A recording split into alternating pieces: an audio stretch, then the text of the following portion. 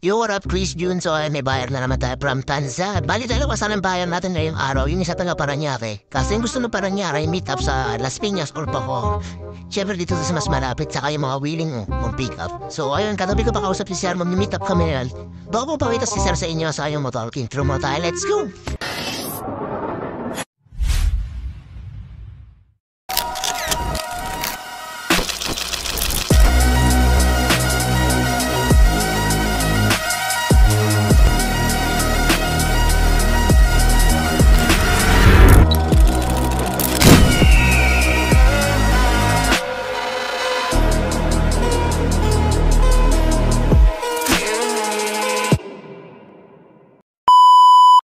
Yo, what up mga kamoto? Ito na nga pala yung aking Motor Rider FI 2021 year model. Siyempre, nakita niyo naman sariwang-sariwa at ayun siya 17K Odo pa lang yan mga boss.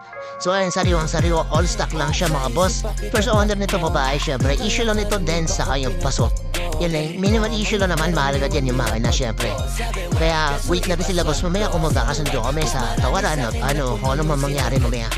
So yan, let's go. Waiting na lang tayo na boss. Mamaya, kita niyo naman, napaka-angas yan, napaka-gwapo, napaka-kinis. Pwede sa maselan. Let's go! So ito, dumating na ako mga kamoto sa lugar na tagpuan namin ni Bossing. Dapat dun sa bayang gusto nila kaso mag-chat ni Bossing, nakaalis na ako. Actually, nauna sila dito kanina kasi may binili pa ako. So hindi ko alam kung sino kasama ni Bossing dito, kapatid niya ba or baya or magulang niya.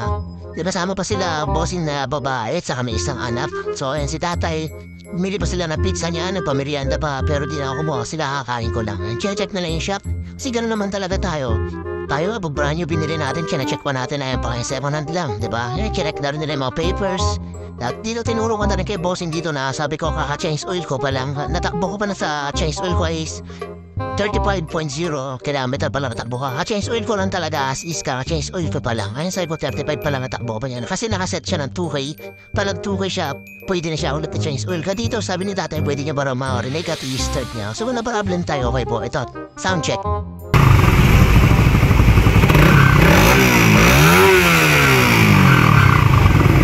So ayun mga kamoto, narinig ka naman, all stock lang yung Rider FI natin. All stock na all stock, syempre. So dito sinabi ni Bossing na gusto niya raw i-try. So wala problema boss, i-try mo lang ng i-try. Kasi gano'n talaga, if ever na magustuhan mo, okay lang. If ever naman din mo nagustuhan, okay lang din kasi may mga ibang buyer pa naman tayo.